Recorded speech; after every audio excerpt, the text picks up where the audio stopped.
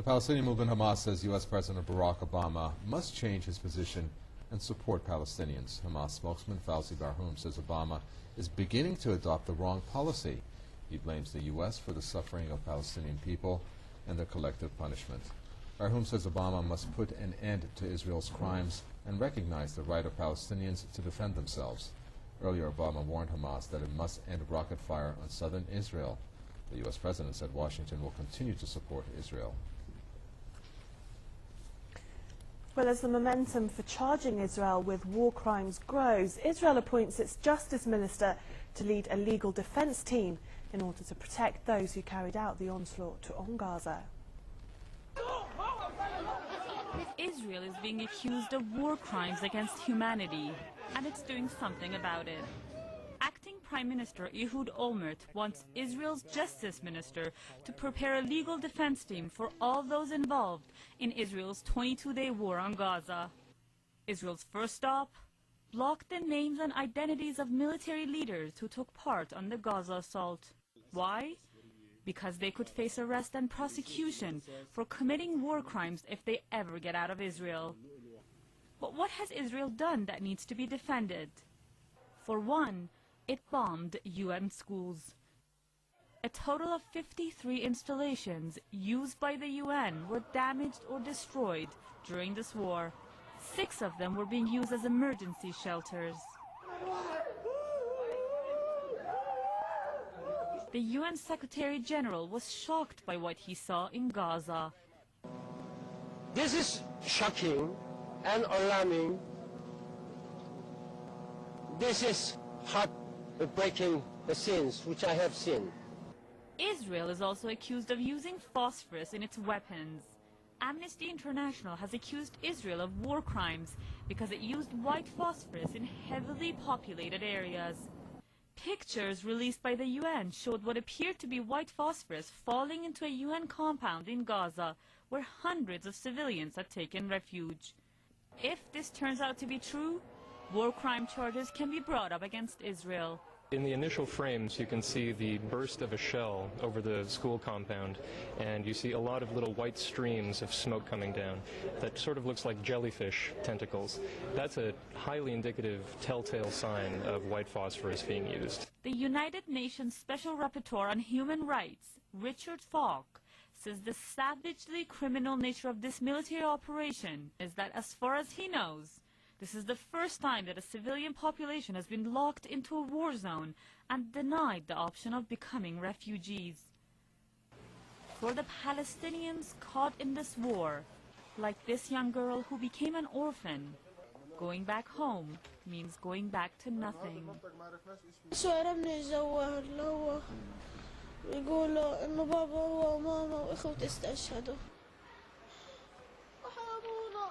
Given the scale of the casualties and the extent of the destruction, Israel will have a tough time defending its actions.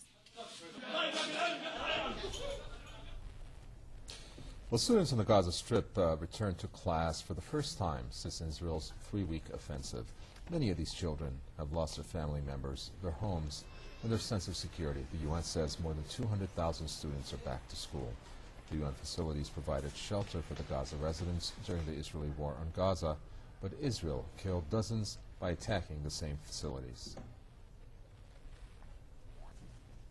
A senior UN torture investigator says some U.S. officials, including former President George W. Bush, must be prosecuted for what he calls involvement in the alleged torture of detainees at U.S.-run detention facilities in Guantanamo and Iraq. This morning, I signed 3 executive orders. First, I can say without exception or equivocation that the United States will not torture.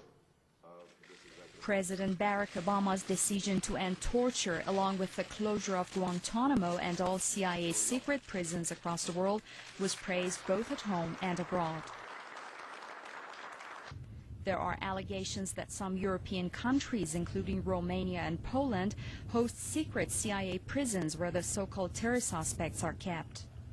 Obama's plan, however, leaves loopholes for other illegal practices like extraordinary renditions. This is when foreign nationals are transferred from their homeland to U.S.-run prisons without any legal procedures. The United Nations has praised Obama's decision to close Guantanamo as a sign of goodwill. Nevertheless, a senior UN official wants to prosecute former U.S. officials for involvement in torture practices against the so-called terror suspects. UN's special torture investigator, Manfred Nowak, has called on the U.S. authorities to pursue former U.S. President George W. Bush and former Defense Secretary Donald Rumsfeld. He says there are documents that prove Rumsfeld intentionally ordered harsh methods of interrogation against prisoners at Guantanamo and Abu Ghraib. A bipartisan Senate report released last month found Rumsfeld and other senior Bush administration officials responsible for the abuse of Guantanamo detainees. It said that Mr. Rumsfeld had authorized harsh interrogation techniques in December 2002. The measures were based on a document signed by Mr. Bush in February 2002. CIA officials have admitted using the controversial waterboarding or partial drowning technique at Guantanamo. Obama's decision to close Guantanamo is definitely seen by many as a positive move, but for some, it is 7 years too late. What procedure can you use on a people that have been systematically tortured, including waterboarding, including being stripped naked and being beaten and stabbed and so forth? What sort of evidence can be admitted into a court of law that has been extracted under that process?